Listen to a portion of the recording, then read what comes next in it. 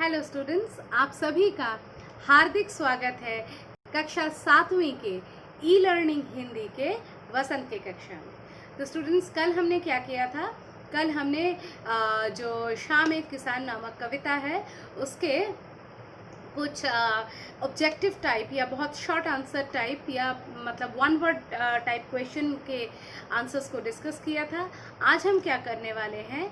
आज हम जो है उसके थोड़े 2 मार्क्स टाइप क्वेश्चंस को डिस्कस करने वाले हैं। ठीक है, तो चलिए तैयार हो जाइए अपने कॉपी पेन के साथ। पहला क्वेश्चन जो मैंने रखा है वह है, नदी किसके घुटनों पर पड़ी है? नदी किसके घुटनों पर पड़ी है? इसका जवाब है, कवि के अनुसार नदी पहाड़ के घुटनों पर पड़ी है। कवि के अनुसार नदी पहाड़ के घुटनों पर पड़ी है। यहाँ पर कवि के अनुसार लिखने का मतलब ये है कि कभी भी पहाड़ का तो घुटना होता नहीं है और फिर उसके ऊपर नदियों के पड़े रहना भी मतलब इस बात का यूज़ ठीक नहीं है, क्योंकि नदी पहाड़ों से होती हुई बहती है, पहाड़ों से निकलती है, ये बात सही है। लेकिन पहाड़ों के ऊपर पड़ी हुई है, ये पोएटिक यूज़ है, इसलिए इसको हम ऐसे लिखेंगे कि कवि के अनुसार नदी पहाड़ के घुटनों पर पड़ी हुई है। ठीक है, चलिए नेक्स्ट क्वेश्चन।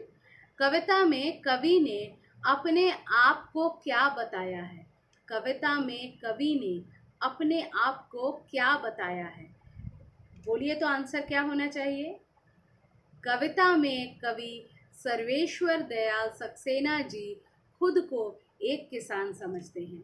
ये जो किसान का पोर्ट्रेयल उन्होंने किया है, उन्होंने अपने आप को इमेजिन करके किया है। ठीक है, तो कविता में कवि सर्वेश्वर दयाल सक्सेना जी खुद को एक किसान समझते हैं।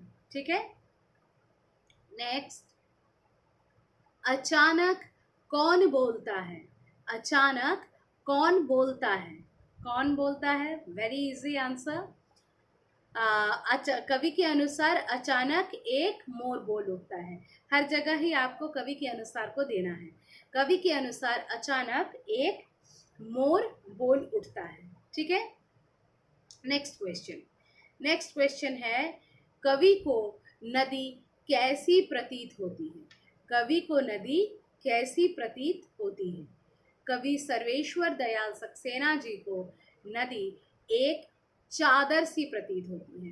कवि सर्वेश्वर दयाल सक्सेना जी को नदी एक चादर के समान प्रतीत होती है।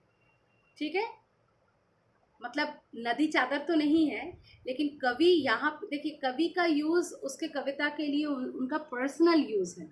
वो पर्सनली कवि मतलब उस चीज़ को वैसा समझते हैं तो वो वैसा लिखते हैं, उनको जैसा दिखता है वो वैसा लिखते हैं। तो उनके देखने के नज़रिए के साथ आपके मेरे देखने के नज़रिए का फ़र्क हो सकता है, इसलिए आपको जब भी आंसर लिखना है तो ये उनके देखे मुताबिक है, ये चीज़ मेंशन करना इम्पॉर्टेंट हो जाता है। ठीक है, नेक्स्ट है, कवि ने किस दृश्य का चित्रण किया है? कवि सर्वेश्वर दयाल सक्सेना जी ने जाड़े की शाम के प्राकृतिक दृश्य का चित्रण किया है। कवि सर्वेश्वर दयाल सक्सेना जी ने जाड़े की शाम के प्राकृतिक दृश्य का चित्रण किया है। क्यों जाड़े की शाम? इसीलिए धुआं उड़ता है, इसीलिए पहाड़ रूपी किसान चादर ओढ़ता है, साफा बांधता है, चिलम खींचता है अपने आप को गर्म रखने के लिए। ठीक है, तो कवि सर्वेश्वर दयाल सक्सेना जी ने जाड़े के शाम का प्राकृतिक दृश्य का चित्रण किया है। इसके साथ इस चैप्टर के प्रश्न उत्तर समाप्त होते हैं। धन्यवाद।